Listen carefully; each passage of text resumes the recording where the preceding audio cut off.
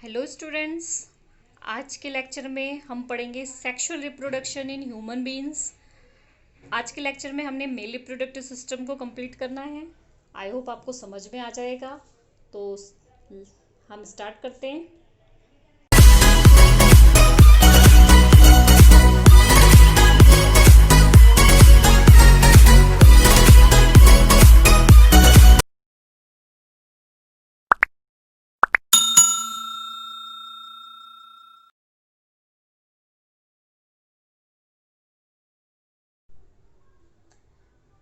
Hello students, sexual reproduction in humans start कर रहे हैं हम।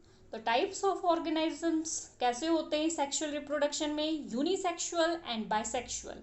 Unisexual the organism which have only one sex in them, ठीक है। और bisexual organism organism which have both sex in them, example earthworm. Means एक ही जीव में दोनों सेक्स होते हैं तो उसे क्या बोलते हैं, बाइसेक्सुअल ऑर्गेनिज्म।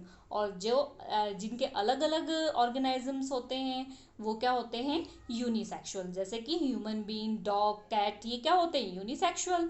और अर्थवॉर्म क्या होता है, bisexual.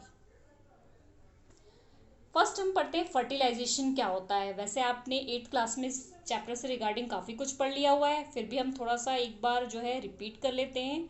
It is the function of male gamete with the female gamete. ये क्या होता है, sorry, it is the fusion of male gamete with the female gamete. जो मेल गैमेट होता है फीमेल गैमेट से जो फ्यूज करता है उसे क्या बोलते हैं, fusion.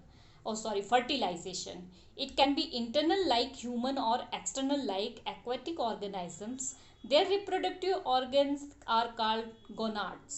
Their gonads produce cells that actually participate in fertilization, that is gametes. Male और फीमेल रिप्रोडक्टिव जो ऑर्गन्स होते हैं उनमें से जो भी सीक्रेशंस होता है वो आपस में जब मिलते हैं तो क्या होता है, फर्टिलाइजेशंस होता है। रिप्रोडक्टिव ऑर्गन जो होते हैं, जो भी रिप्रोडक्टिव मेल में और फीमेल में ऑर्गन होते हैं उन्हें गोनाड्स कहते हैं, ठीक है। और ये जो जब ये गोनाड्स आपस में फ्यूज़ होते हैं और जब इनके थ्रू जब मेल में कौन सा होता है, स्पर्म होता है, और फीमेल में क्या होता है, एग। और स्पर्म और एग फ्यूज़ होता है तो उस समय जो प्रोसेस होती है उसे बोलते हैं फर्टिलाइजेशन। आज हम पढ़ेंगे मेल रिप्रोडक्टिव सिस्टम। आप यहाँ पहले फिगर, आपको ये क्वेश्चंस 5 मार्क्स में आ जाता है एग्जाम में, इसलिए आपने फिगर के साथ इस क्वेश्चन को बहुत अच्छी तरीके से करना है। तो ये क्वेश्चन आ जाता है, एक्सप्लेन मेल रिप्रोडक्टिव सिस्टम। तो मेल रिप्रोडक्टिव सिस्टम में पहले तो आपको ये डायग्राम बनाना होगा, और अगर डायग्राम आप बना लोगे तो 2 मार्क्स तो आपके कम्प्लीटली है। अगर डायग्राम के आपने लेबलिंग लर्न की तो आंसर तो आपने वैसे ही लर्न कर लेना है समझ के, ठीक है। तो हम पहले डायग्राम देख लेते हैं। डायग्राम में यूरेटर आप देख रहे हो, ये क्या है, यूरेटर, सेमिनल वेसल्स, यहाँ पे है ये ब्लैडर, ठीक है। और प्रोटिस्टा ग्लैंड, यहाँ पर है प्रोटिस्टा ग्लैंड। उसके बाद ये पेनिस हो गया, ये यूरेथ्रा हो गया, ये टेस्टिस हो गया, ये स्क्रोटम हो गया, और ये क्या है, वास डिफेंस। अब जब हमने लेबलिंग इसकी लर्न कर ली, अब इसके फंक्शंस देख लेते हैं। The male reproductive system consist of the following parts. इसमें कौन कौन से पार्ट्स अभी हमने पढ़ लिया था, ठीक है। अब एक एक पार्ट्स को हम एक्सप्लेन कर लेते हैं कि उनका क्या फंक्शन होता है। First, testis. A pair of testis descend from body into the pouch like structure called the scrotum. जो टेस्टिस होता है, यहाँ पर आप देख रहे हो ये पाउच लाइक स्ट्रक्चर है जिसको बोलते हैं स्कॉटम, उसमें टेस्टिस होता है, ठीक है। There function is sperm formation facility by the hormones टेस्ट्रोन।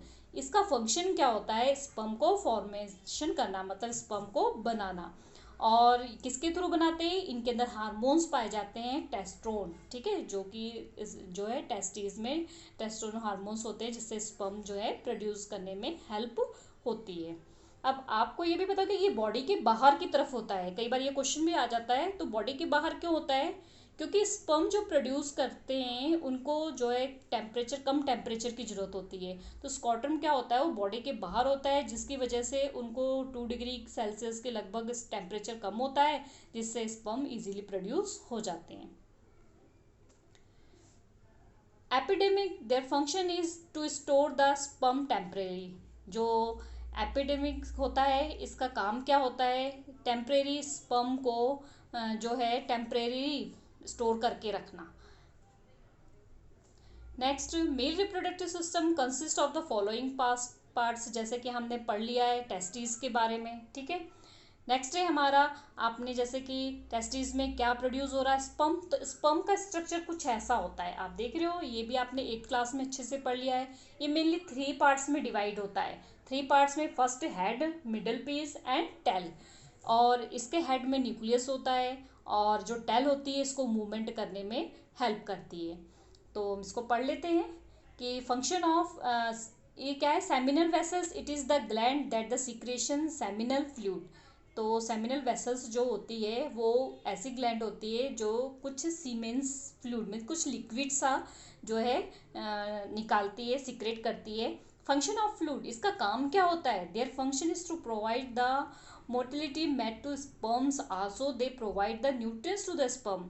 ये क्या करता है? स्पर्म को आगे बढ़ने में मदद करता है और साथ में स्पर्म को न्यूट्रिएंट भी जो है प्रोवाइड करता है, ठीक है। Sperm mixed with fluid is called semen. जब वो स्पर्म जो है फ्लूइड के साथ जो है मिक्स हो जाता है उसे सीमेन कहते हैं। एक कॉमन डक्ट होती है, it is from the urethra and defence. This common duct excrete urine as well as semen. यहाँ पर ये कॉमन डक्ट होती है जो क्या करती है? स्पर्म को भी सीक्रेट करती है और यूरिन को भी सीक्रेट करती है। अब एक बार हम इसका डायग्राम के थ्रू पूरा फंक्शन देख लेते हैं। आपको पता है टेस्टिस में जो है स्पर्म प्रोड्यूस होते हैं, इसको टेम्परेचर कम चाहिए होता है, इसलिए स्कॉटम क्या होता है? बॉडी के बाहर होता है ताकि इसको 2 डिग्री सेल्सियस कम हो और इजीली स्पर्म प्रोड्यूस हो सके। स्पर्म जो है 3 पार्ट्स में होते हैं। कौन कौन से होते हैं? Head, middle piece and tail, ठीक है। हेड में जो है न्यूक्लियस होता है, टेल जो है इसको मूवमेंट करने में मदद करती है, ठीक है। यहाँ पे एक लिक्विड होता है, सेमिनल वेसल्स में एक लिक्विड होता है जो क्या करता है? स्पर्म को आगे बढ़ने में क्या करता है? मदद करता है। अब यहाँ से जब स्पर्म प्रोड्यूस हुआ, यहाँ से आता है, तो यहाँ पर प्रोटेस्ट ग्लैंड से होते हुए, पेनिस से होते हुए यूरेथ्रा, जो कि एक ये पेनिस, ये पूरा हिस्सा पेनिस है, इसके बीच में जो यूरेथ्रा होता है, यूरेथ्रा में जो सेम होता है, मीन्स कॉमन डक्ट होता है, इससे यूरिन भी पास आउट होता है और जो हमारा स्पर्म होता है वो भी इसके थ्रू भी पास आउट होता है। तो आई होप आपको ये पूरा फंक्शन समझ में आ गया। तो आज आपने इसका डायग्राम अच्छी तरीके से कर लेना है, और इसका ये लॉन्ग क्वेश्चन आता है इसलिए इसके सारे पार्ट्स को भी अच्छे से एक्सप्लेन करना है। ओके स्टूडेंट्स, आई होप आपको समझ में आ गया हो।